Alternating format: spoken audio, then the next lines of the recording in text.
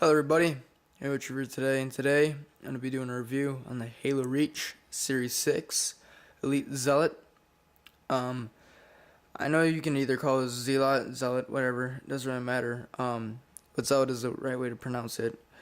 This guy is one of the henchmen for I don't know the guy's name exactly right now, the type of elite, but he's the one who has the horns, has the same helmet but has horns instead. I got this guy for $10 technically off of a deal, but he retails for about 15. This is what it looks like. I like his helmet a lot. Very cool designed helmet. Actually nicely painted. Comes off pretty easily. As you can see here, it's a nice hieroglyphics, I guess you could kind of say, or almost like an energy flowing away. Some sort. This part's actually very nicely painted.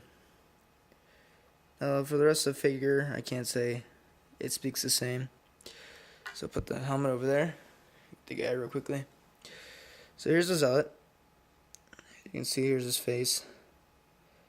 That's nicely painted, but then it gets into some battle damage here, but then over here kind of get into some like bad paint apps, and you got right here, the silver on the cobalt. It's like a cobaltish color. Just kind of lack of paint job. If you're paying $16 for this guy at Target, at Toys R Us, you want the best. And I mean, even like right here, running onto the gray a little bit. I mean, it's not that big of a deal for what I do, since I just keep him displayed like that, and I'm done with him. Basically, I get these figures and I display them, as you've seen in probably most of my collection videos. But for people who want to use these for greater things, I mean, to some extent, you want a good paint app on these guys. Now, he comes with a grenade right there, as you can see. His armor, for the most part, is actually, very cool armor. He's got the cool shoulder pads that matches his helmet. Same on this side. And for the most part, he looks like a very cool elite. And I really like the cobalt color, actually. And he looks like a huge elite. Like, he looks like he could go kill something. As you can see there. Show you. But now let's get on to the articulation. The articulation, his arm can move. This can move. The kind of wrist joint can move. And so can his two fingers. And the legs is basically the same thing. They can move up and down, twist 360 degrees. Same with here. And the foot can also turn 360 degrees. He comes with a concussion rifle, which we've seen before. I don't really get why they kind of give him a concussion rifle. I know you see him in the games with them, but they've only given one guy the concussion, not the concussion rifle, the energy sword so far, and I feel like the energy sword would fit this guy more. That's just me, though. I mean, obviously people have their different opinions, but I do think they should get more elites out with energy swords. So I'll put this back on to show you guys how easy it is.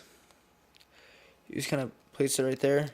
You're going to want that front piece right there, almost right in the middle, so that these are covering up his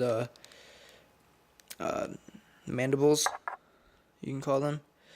But overall, I mean, definitely a cool looking figure. Definitely love the elites in this game. I think, actually, McFarlane's doing a really good sculpting job on these guys. It's just sometimes they really fall flat with the paint apps, as I showed you. And that's the only thing that kind of makes me angry, is because when I'm displaying these guys, I want the best paint job that there can possibly be. And that's why I kind of like NECA. I know you've seen some of my reviews. I don't get that many figures from NECA, except for the ones I really, really like. But when I get them, they're taller than these guys. They're a lot more better sculpted, and their paint jobs are amazing. Now, that's not saying that McFarlane's bad as a company. Just sometimes they gotta get more aware of how people are painting their figures, because from far away, as you can see here, it doesn't look like there's a bad paint app on this guy, except for that one right there. See if I can show you guys real quickly. Right there, that one kind of stands out like a sore thumb.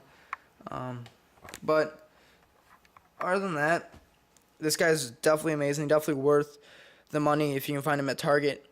Not a big fan of Toys R Us right now because these guys are only like 5 inches to 6 inches, and the NECA ones are huge compared to these guys. And for $16, I wouldn't pick this guy up. I wouldn't pick any Reach figure up. I've done it one time, and it was to get the Brute because I haven't seen him anywhere else. That's it. If you can't find this guy anywhere else, definitely get him at Toys R Us. But other than that, try going online and stuff like that. You can get him for a lot cheaper.